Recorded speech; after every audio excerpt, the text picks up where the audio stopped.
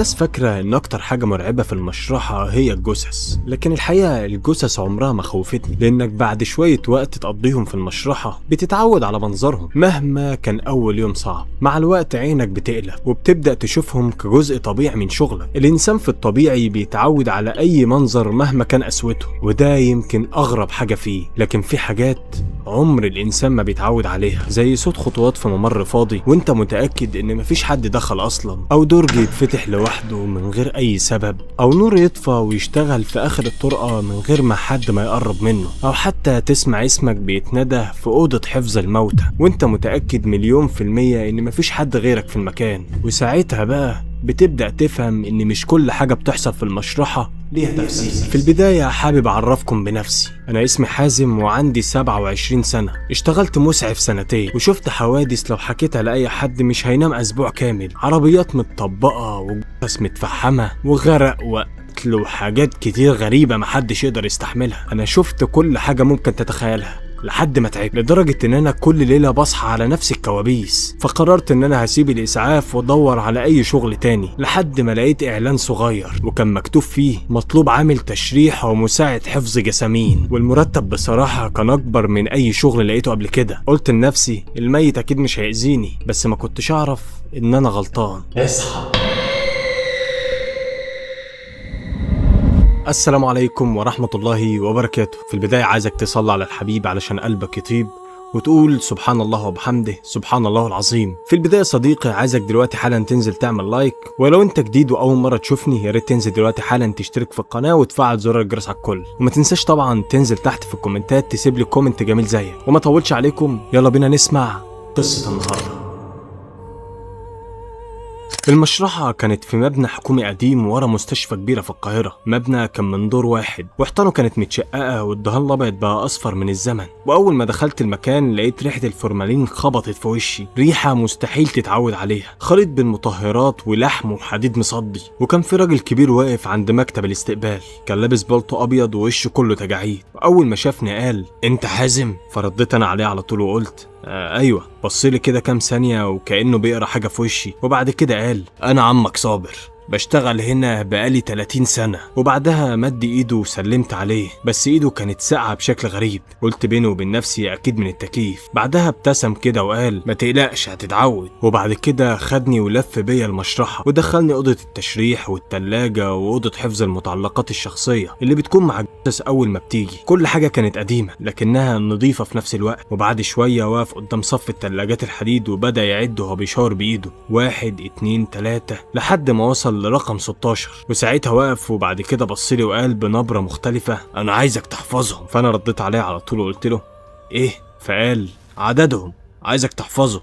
بصيت وبدأت اعد 1 2 3 4 لحد 16. فقلت له تمام 16 تلاجة. فهز راسه وقال ممتاز. وبعد كده قال الجملة اللي فضلت ترن في وداني ايام، لو في يوم من الايام لقيتهم 17 اوعى تفتح الاخيرة. فضحكت، افتكرته بيهزر وقلت له يعني ايه؟ فرد وهو بيلبس الجاكيت يعني لو لقيت رقم 17 امشي ما تفتحوش. فقلت له بس حضرتك قلت ان هم 16 وعديناهم مع بعض يعني. فبصلي كده بصة طويلة وقال اهو خليك فاكر كده بقى. وبعد كده مشي وسابني لوحدي. وبعد شوية وقت كانت الساعة خلاص قربت على 10 بالليل وانا كنت لوحدي في المكان. اول شفت المكان كان ساكت بشكل يخوف، ما كانش فيه غير صوت موتور التبريد بتاع التلاجة، تحس صوت همهمة مستمرة كأن المبنى بيتنفس. وكان عندنا 4 في المشرحة وكلهم متغطيين، وساعتها ما كانش فيه شغل. فقلت اعمل لي كوباية شاي حبر كده علشان اظبط الدماغ واقعد واشرب انا ايه رشفة من الشاي. لو انت ما عملتش حاجة تشربها يا ريت تجيب حاجة عشان القصة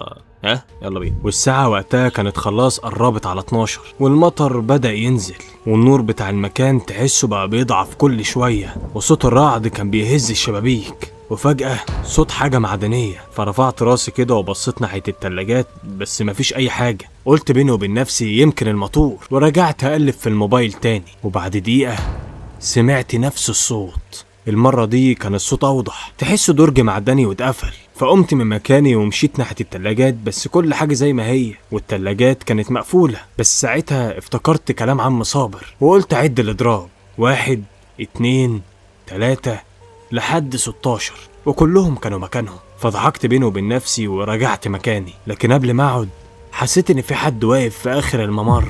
بصيت بسرعة بس مفيش اي حد، فقعدت تاني، والساعة ساعتها كانت وصلت 2:15 والنوم كان بدأ يغلبني. وساعتها حطيت راسي على المكتب يمكن 5 دقايق تقريبا، وصحيت على صوت جرس. كان صوت جرس معدني قديم، مش صوت جرس موبايل يعني. فقمت كده ورفعت راسي وبصيت حواليا، بس الصوت كان جاي من عند التلاجات. فقمت بسرعة اجري ووقفت قدامهم، ومن غير ما احس لقيت نفسي بعد الادراج تاني: 1 2 3 4 لحد 16.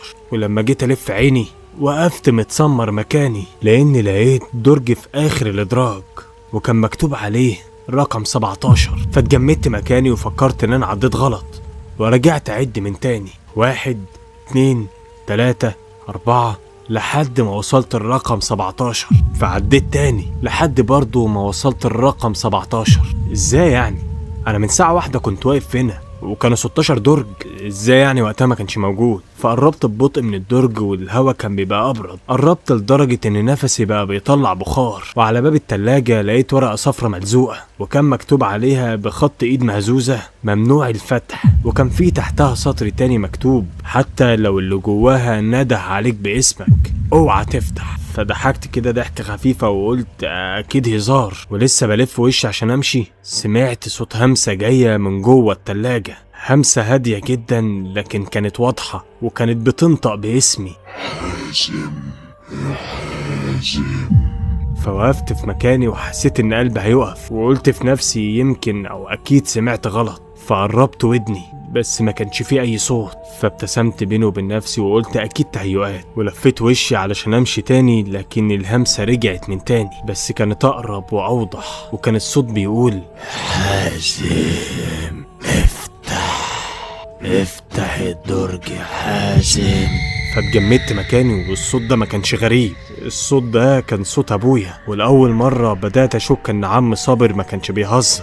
جسمي كله بقى عبارة عن تلج، وعيني فضلت متثبتة على باب التلاجة رقم 17.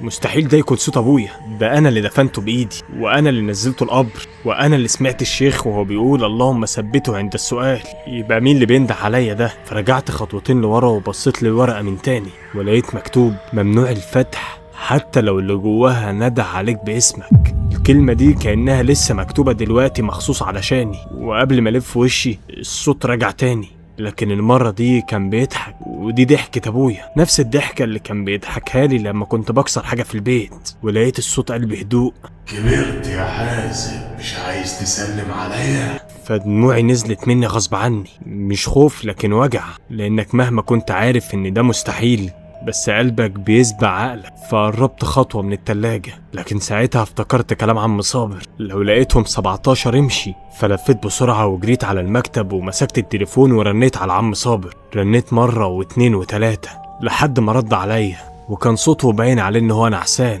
وقال: خير. فقلت وانا بنهج: التلاجة. لقيته سكت وقال بهدوء غريب: الرقم كام؟ فبلعت ريه وقلت له: 17.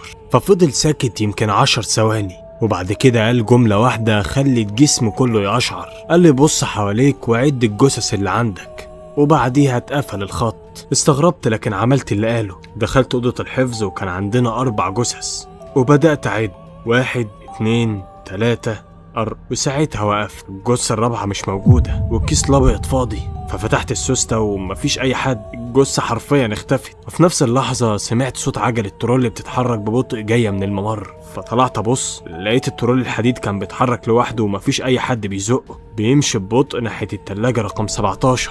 ولما وصل قدامها وقف وكأنه وصل للي كان شايله رغم إن هو كان فاضي. فرجعت جري للمكتب وفتحت شاشة الكاميرات، وكان في كاميرا على الممر وكاميرا تانية على أوضة الحفظ وفي كاميرا تالتة على باب المشرحة. فرجعت التسجيل 5 دقايق وشغلت، وشفت نفسي واقف قدام التلاجة. وبعدها بثواني الكيس الأبيض في أوضة الحفظ ابتدى يتحرك لوحده، وبعد كده خرج منه شخص ببطء وواقف وبص للكاميرا. جسمه كله اتشل لأن الشخص اللي كان لابس الكفن وباصص للكاميرا ده كان وشه وهو وش أنا. واقف وبص للكاميرا وبعد كده ابتسم، وبعدين لف نفسه ومشي ناحية الممر واختفى قدام التلاجة رقم 17. وفي اللحظة دي الكاميرا فصلت وبقت شاشة سودة، وبعدها رجعت بعد ثانيتين والتلاجة رقم 17 اختفت ورجعوا تاني 16 زي ما هم. بدأت أحس إن أنا هتجنن، فقمت من مكاني وقررت أمشي. طز بقى في الفلوس وطز في الشغل وطز في كل حاجة، أنا خارج. وخدت بعض وجريت على باب المشرحة ورحت عند الباب ومسكت المقبض وفتحته، لكن لقيت في وشي نفس الممر اللي بيودي على التلاجات. فقفلت الباب بسرعة وقلت في نفسي إن أنا أكيد اتلخبطت. فرحت على باب تاني وفتحته، لكن برضه لقيت نفس الممر. فجريت ناحية باب الطوارئ وفتحته وبرضه لقيت نفس الممر، وكل باب كان بيوديني لنفس النقطة قدام التلاجة رقم 17. كأن المبنى كله بقى قفص ليا، وفجأة الأنوار كلها طفت. الضلمة بلعت المكان كله، وما فضلش غير لمبة واحدة حمرا هي اللي منورة فوق التلاجة، واللمبة كانت عمالة تطفي وتنور. وكل مرة اللمبة فيه بتطفى وترجع تاني بحس إن التلاجات بتقرب مني. ولما النور كان يطفى تاني كنت أسمع 3 خبطات جايين من جوه. كان النور يجي ويطفى وأسمع نفس ال3 خبطات، فيطفى تاني ويرجع، وهكذا لحد ما النور ما وقف وجات همسة هادية جدا. لكن المرة دي ما كانش صوت أبويا، كانت جاية بصوت طفل صغير، وقال عمو اوعى تفتح. هو وسكت، وبعد كده صرخ صرخة قطعت قلبي وقال خرج. وفي نفس اللحظة دي حسيت ان في حد واقف ورا ظهري مباشرة. نفسي وقف وما قدرتش ألف، لان في حاجات انت عارف لو هي اصلا وراك فالافضل انك ما تشوفهاش، لكن الفضول والمجهول هو عدو اي بني ادم. وبدأت الف ببطء، ولما بصيت ورايا ما كانش في اي حد، بس الارض كانت مبلولة. كان في خط مية ماشي لحد ورايا، ولما لفيت وشي لقيت خط المية ده واصل لحد التلاجة رقم 17. فنزلت على ركبتي ولمست المية دي ولقيتها لزجة، فرفعتها قدام مناخيري وشميتها. ما كانتش دم ولا مية، كانت فورمالين، لكن ريحته كانت أقوى بكتير من الطبيعي، وكأن حد لسه خارج من حوض الحفظ. وأنا واقف مكاني سمعت صوت باب حديد بيتفتح، فلفيت بسرعة ولقيت التلاجة رقم 6 فلفيت بسرعة ولقيت التلاجة رقم 6 بابها مفتوح. أنا متأكد إن أنا قفلتها، فقربت ببطء وبصيت عليها ولقيت الجثة مكانها. كان راجل كبير ملفوف في الكفن. فقفلتها بالراحة ولسه هلف فسمعت تلاجة رقم 11 اتفتحت، فجريت ناحيتها بسرعة وقفلتها. وجيت أخرج لقيت التلاجة رقم 3 اتفتحت لوحدها برضه، وبعدها رقم 9، وبعدها رقم 14، وبعدها رقم 1، وبعدها كل الابواب بدأت تتفتح واحد ورا التاني، كأن حد بيلف عليها ويفتحها. فبدأت أقفلهم، وكل ما أقفل واحدة التانية تتفتح. فوقفت في النص بعد ما قفلت كله، وفجأة الأبواب كلها اتفتحت مرة واحدة، وبعدها الدنيا سكتت. كان سكوت مرعب، سكوت ما تعرفش اللي هيحصل بعديه. فبصيت عليهم بعيني لقيت كل الجثث مكانها، بس كان في حاجة غلط، حاجة صغيرة احتجت أفهمها. وعبال ما فهمتها لقيت الجثث كلها بصالي، مع انهم ملفوفين ومفروض ملامحهم مش باينه، لكن كل راس ملفوفه ناحيتي كانهم بيراقبوني. فرجعت خطوه لورا من الخوف، وواحده من الجثث رفعت ايديها ببطء. صوت احتكاك الكفن كان اوحش من اي صرخه، وبعدها ايديه طلعت من الكفن وشاورت ناحيه التلاجة رقم 17. وبعدها كل الجثث وقعت تاني مكانها، وكل حاجه رجعت طبيعيه كأن مفيش اي حاجه حصلت. وفي اللحظه دي سمعت صوت عم صابر ما تبصش عليهم. فلفيت وانا مخضوض وبصيت ولقيته واقف في اخر الممر، وكان لابس نفس البلطو الابيض. فقلت وانا باخد نفسي الحمد لله انك جيت، لكنه ما ردش عليا. لقيته واقف ساكت، وبعدين قال تعالى، وبدأت امشي ناحيته. لكن الغريب ان كل ما امشي خطوة احس ان المسافة مش بتقل، بحس ان المسافة نفسها كل مرة. مشيت بتاع حوالي 20 متر لكن نفس المسافة، ولا قربت ولا هو قرب. فضلت امشي واسرع خطوتي لكن برضه نفس الكلام. مشيت يمكن دقيقة لحد ما وقفت مكاني وحسيت ان الارض مش بتخلص. فبصيت بعيني تحت رجلي لقيت البلاط بدأ يتغير، بقى قديم ومتكسر وبقى عليه بقع دم قديمة، والحيطان اتشققت والنور بقى اصفر. فلفيت ابص ورايا لقيت المشرحة اختفت، انا مش في نفس المكان. وعم صابر بصلي وابتسم لأول مرة، لكن ابتسامته ما كانتش طبيعية. اسنانه كانت كلها سودة وعينه كانت كلها بيضة من غير اي سواد. وبعدها قال انا مش عم صابر، ووشه في ثانية وقع، حرفيا الجلد نزل من عليه، بقى وشه عبارة عن جمجمة لكن بيتكلم. فصرخت ولفيت وشي وبدأت اجري، فضلت اجري في الممر وافتح باب وادخل تاني الاقي نفسي في نفس الممر، كل باب افتحه يدخلني في نفس المكان لحد ما خبطت في ترول حديد ووقعت على الارض، والكيس الابيض اللي عليه اتفتح، والجثة اللي كانت فيه وقعت على الارض ووشها كان لتحت. لكن اول ما قربت علشان اشوفها لفت وشها لوحدها، وكانت انا، كانت نسخة مني، نفس هدومي ونفس الساعة، وكمان حتى نفس الخدش اللي في ايدي، لكن على رقبتها كان في اثر حبل. نسختي بصت لي وفتحت عينيها وقالت بصوتي لكن متغير: انت متأخر، انا مستنيك من زمان. وقبل ما استوعب اي حاجة لقيتها مدت ايديها ومسكتني من ايدي. ايديها كانت متلجة وفيها قوة مستحيلة، وحاولت تسحبني جوه الكيس الابيض بتاع الجثث. وفي نفس اللحظة كل التلاجات اتقفلت بعنف، ورجع الصمت في المكان الا صوت واحد بس، صوت جاي من التلاجة رقم 17. كان صوت طفلة بتعيط وباين في شهقاتها، وقالت جملة خلت الدم يتجمد في عروقي: هو مش بيحب الجثث.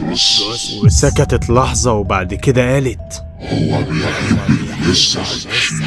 وايدي كانت لسه في ايد الجثة، وكل بحاول اشدها تمسك اكتر. وبعدين ابتسمت، نسختي حرفيا ابتسمت في وشي وقالت بصوت هادي: ما تقاومش، كلنا قاومنا لكن جينا في الاخر.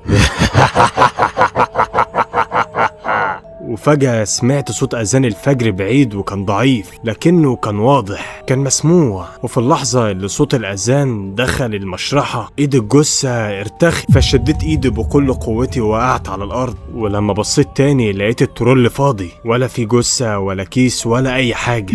فضلت قاعد على الأرض وبتنفس وبحاول أفهم هل ده كله حقيقي ولا أنا بنهار ولا بهلوس ولا إيه وضعي. لكن في حاجة لفتت نظري، لقيت باب المكتب بتاع الدكتور الشرعي مفتوح، وأنا متأكد إن هو كان مقفول. فدخلت، والأوضة كانت صغيرة، فيها مكتب خشب قديم ودولاب حديد بتاع ملفات، وعلى الحيطة لقيت صورة باهتة لرئيس مصلحة الطب الشرعي من سنين طويلة، كل حاجة عليها تراب إلا ملف واحد كان فوق المكتب، كأن في حد لسه حاطه دلوقتي. والملف ده كان مكتوب عليه القضية رقم 441. فتحت الملف وفي أول صفحة كان مكتوب: يحفظ بعيدا عن الأرشيف. فاستغربت ليه يعني، فقلبت الصفحة ولقيت صورة للمشرحة لكن قديمة جدا، كانت بالابيض والاسود. وقفت ابص لقيت تلاجات الحفظ نفس المكان، لكن عددهم كان كام؟ وبدأت اعد: 1 و2 و3 و4 لحد ما وصلت ل17. قلبي بدأ يدق بعنف، يعني التلاجة رقم 17 كانت موجودة أصلا، يعني ده كله ما كانش خيال. قلبت الصفحة اللي بعدها ولقيت تقرير مكتوب بالآلة الكاتبة: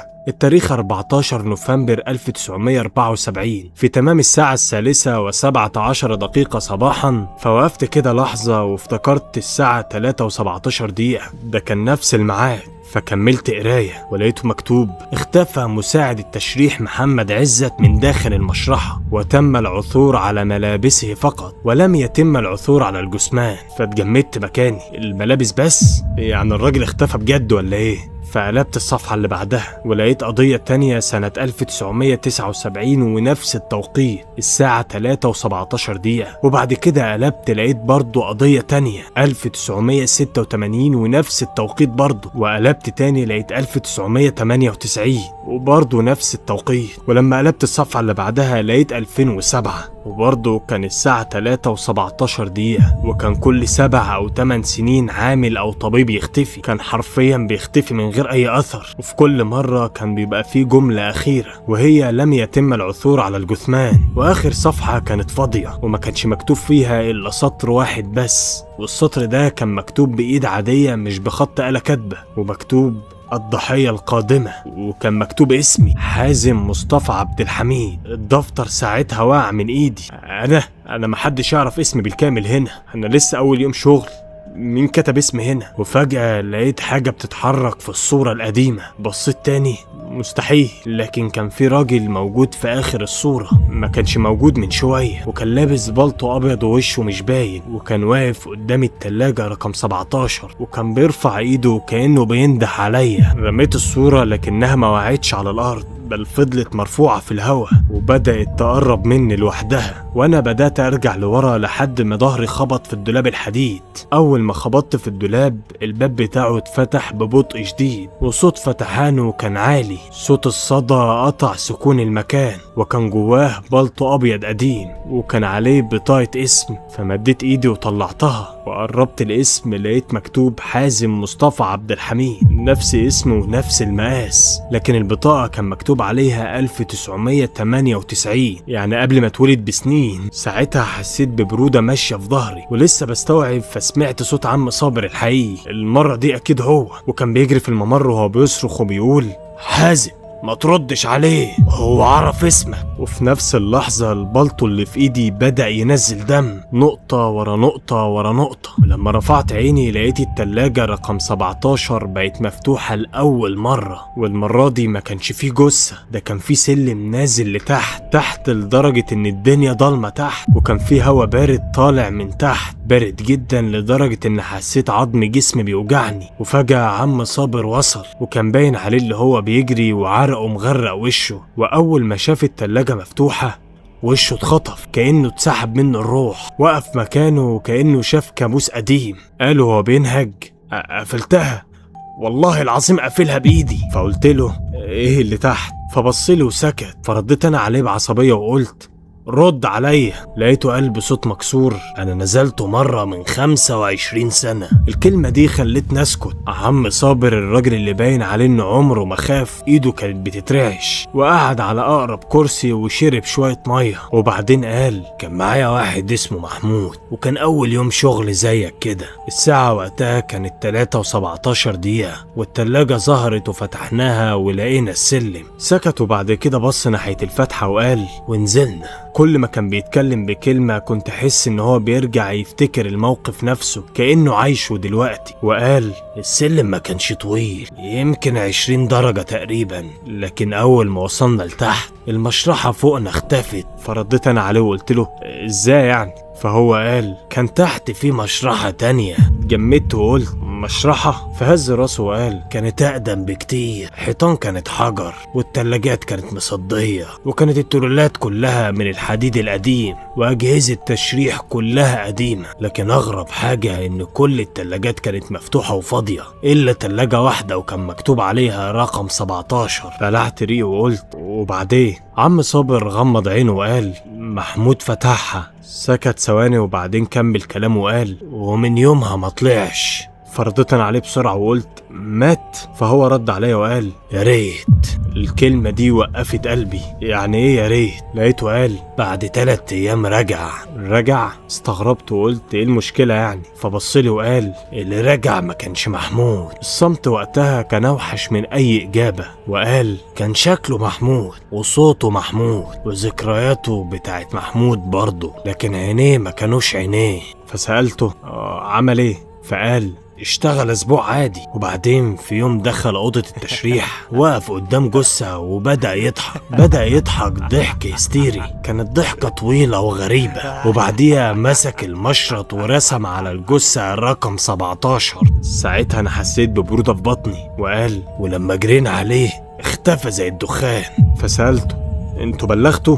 فضحك ضحكة كلها مرارة وقال: بلغنا وقالوا علينا مجانين وقفلوا القضية. فأنا بصيت ناحية السلم وقلت: يعني الحل تحت؟ فعم صابر صرخ وقال: لا، الحل انك ما تعرفش. لكن كان فات الأوان، لأن في صوت بدأ يطلع من تحت، مش صوت واحد، ده كان عشرات الأصوات أو مئات كمان، ناس بتهمس وكلهم بيقولوا في نفس واحد. المشكلة ان في كل الأصوات دي سمعت صوت واحد بس، ده اللي عرفت أفرقه، كان صوت أمي، وقالت: خليك شجاع يا ابني. رفعت عيني وبصيت لعم صابر وقلت له: انت سامع؟ بصيلي باستغراب وقال: سامع ايه؟ ساعتها اتأكدت ان كل واحد بيسمع الاصوات اللي تكسره. خلعت الجاكيت وشغلت الكشاف، فعم صابر مسكني من دراعي وقال: لو نزلت ما تصدقش اي حد، حتى انا. استغربت لما كمل كلامه وقال: لو شفتني تحت اقتلني. سألته ليه؟ لقيته رد عليا وعينيه كلها رعب: لان اللي تحت بيعرف يقلد اي حد.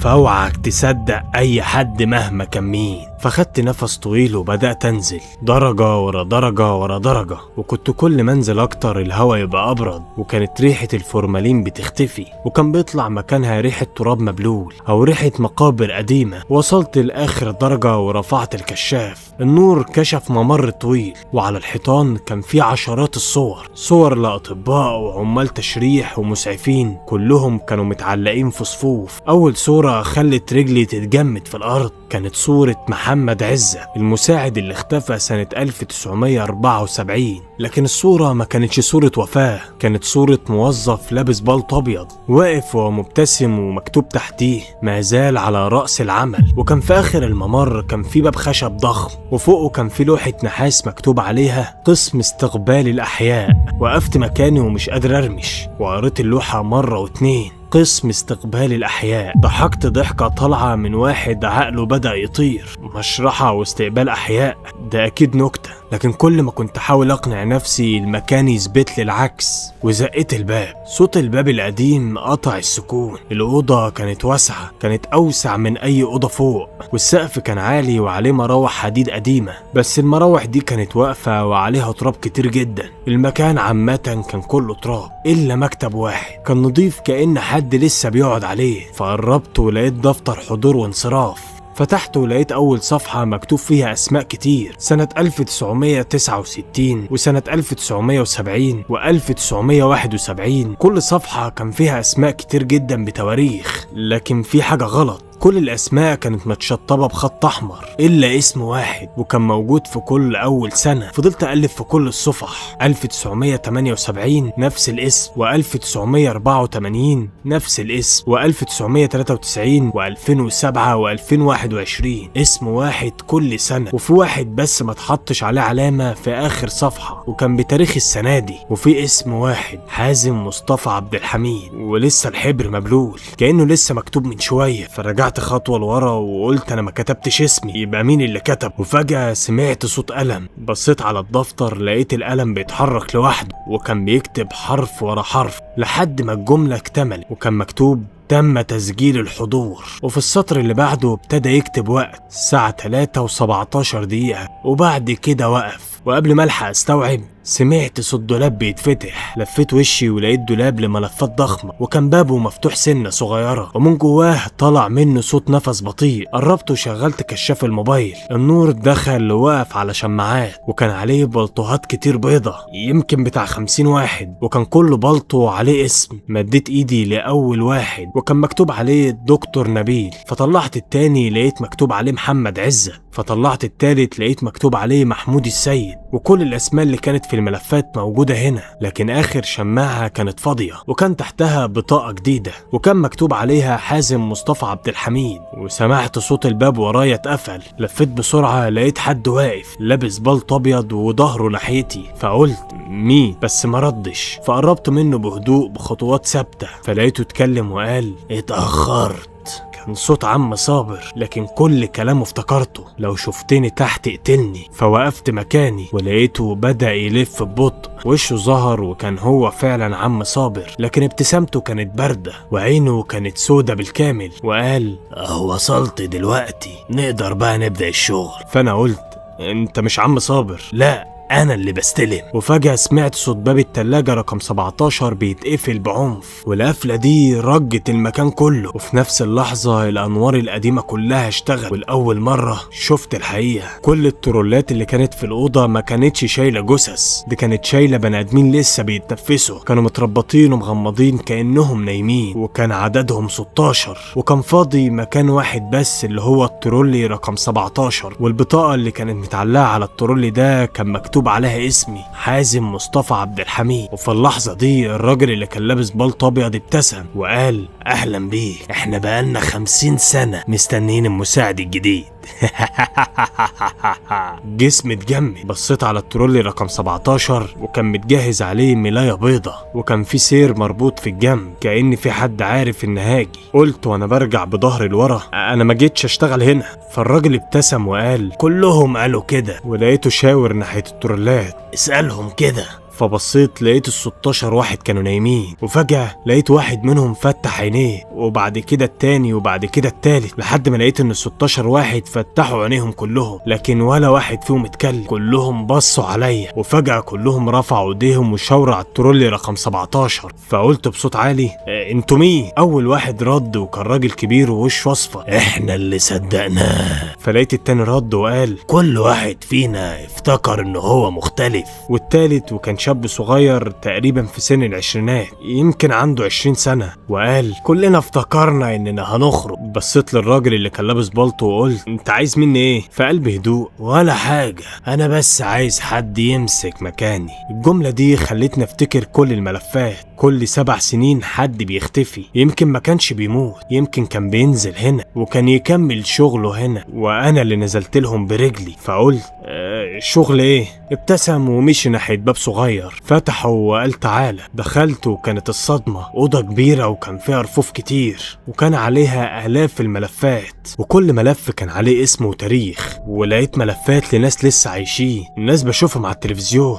دكاترة، ضباط، مهندسين وممثلين وكمان أطفال، كل واحد قدام اسمه وتاريخ. فقلت ايه ده؟ فقال دول جدول الاستلام. بلعت ريقي. استلام ايه؟ رد وهو بيقلب في الملفات كل روح ليها ميعاد واحنا بنجهزها. انا ساعتها بدأت افقد اعصابي، فصرخت فيه وقلت انت مين؟ لأول مرة وشه بقى طبيعي، وش بني ادم تعبان مرهق، وقال انا كنت مكانك سنة 1998. اتجمدت وقلت انت الموظف اللي اختفى؟ لقيته هز راسه وقال اسمي محمود. يعني عم صابر كان بيقول الحقيقة، لكن محمود كمل كلامه وقال انا فتحت التلاجة ونزلت ووعدوني اني هطلع، وضحك ضحكة كلها قهر. بقالي 28 سنة مستني اللي بعدي. فقلت طب لو رفضت؟ فبصله وسكت. فانا قلت له رد. فقال هتفضل هنا لحد غيرك ما يفتح التلاجة. وساعتها افتكرت الطفلة اللي قالت اوعى تفتح، هي كانت بتحاول تمنعنا من اول خطوة. فقلت لمحمود هو مين عمل المكان هنا؟ فرد وقال ولا حد يعرف، المشرحة اللي فوق اتبنت فوق المكان ده، لكن المكان ده كان موجود من قبلها. كل اللي نعرفه هنا ان كل فترة بيختار واحد. سكتنا وفجأة كل الانوار اتطفت ورجع صوت، بس المرة دي مش همس، صوت خطوات كتير طالعة في اخر الممر، ومحمود وشه اتغير لأول مرة. وساعتها شفت الخوف في عينيه وقال لا الميعاد جه.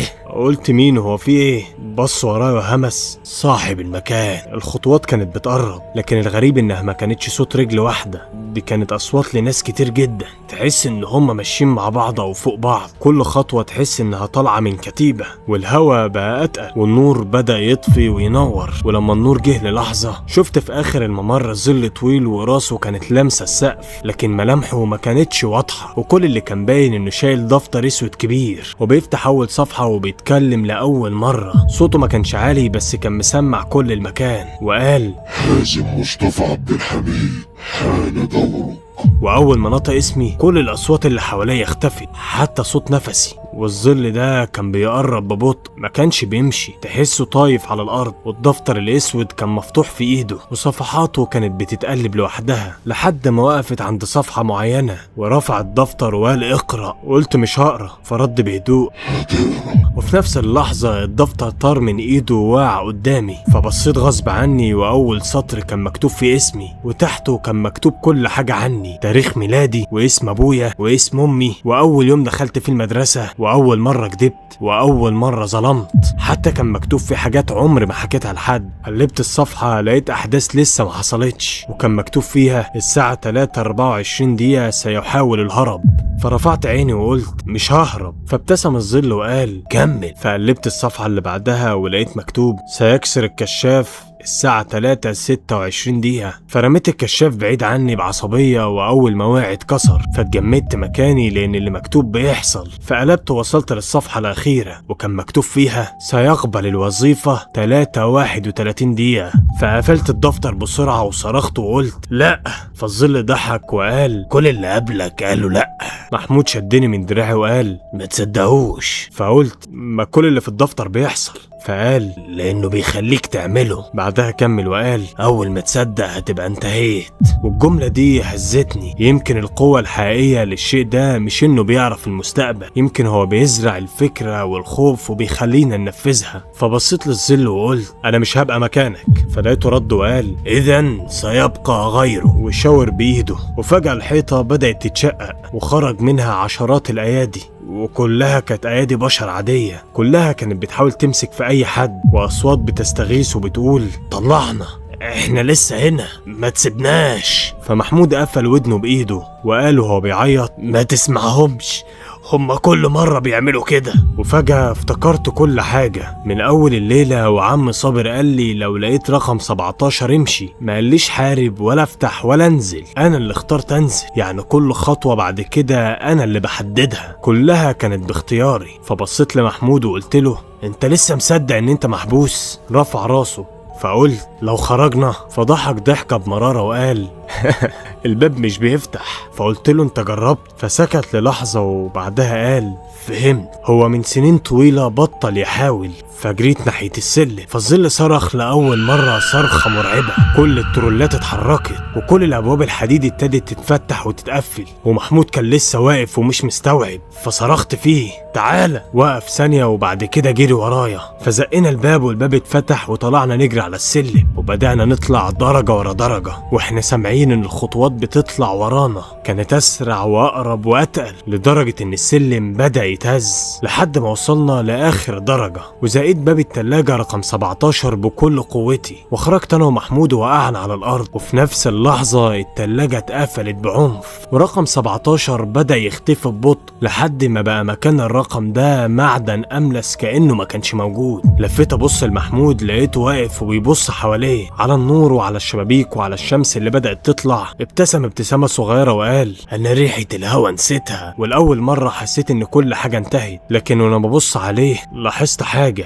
وش محمود بدأ يبهت وجسمه بقى شفاف، ولقيته ابتسم لي وقال أنا كان المفروض أمشي من زمان. ومد إيده علشان يسلم عليا، وأول ما لمستها اختفى كأنه تراب وطار مع أول نسمة هوا، وفضل مكانه البلطو بتاعه وعليه الاسم بتاعه وبس. وعدت 6 شهور وقدمت استقالتي، ومن ساعتها ما رجعتش المشرحة تاني. لكن قبل ما امشي سألت على عم صابر، لقيت مدير المستشفى استغرب وقال عم صابر مين؟ قلت له عامل المشرحة. فبصلي باستغراب اكتر وقال يا ابني عم صابر مات سنة 2001. ابتسمت وما قلتش ولا كلمة بعديها. خرجت ورميت مفاتيح المشرحة في اقرب ترعة، وافتكرت ان كل حاجة انتهت. وبعد اسبوع وصلنا ظرف من غير اسم. فتحت الظرف وكان فيه ورقة واحدة بس، وكان مكتوب فيها بخط اسود تم قبول اعتذاركم عن الوظيفة. وكان تحتها سطر أصغر وجاري البحث عن مساعد جديد. ومن يومها كل ما اسمع ان في عامل في المشرحة اختفى كنت اقفل التلفزيون واقوم من غير ولا كلمة، لان انا عارف ان في مكان تحت كل اللي احنا شايفينه لسه فاتح بابه ولسه مستني الرقم 17.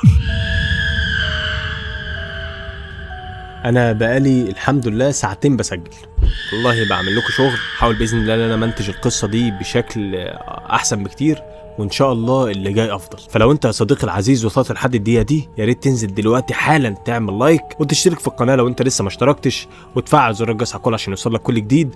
وطبعا تنزل تكتب لنا كومنت جميل زيك، هل نكمل في سلسله المشرحه ولا إيه الدنيا؟ واهم حاجه ما تنساش تقول زي ما تعودنا اللهم صل وسلم على سيدنا محمد عليه الصلاه وافضل سلام. تنساش تقول برضو سبحان الله وبحمده سبحان الله العظيم. واحب اقول لكم الله يبارك لكم. السلام.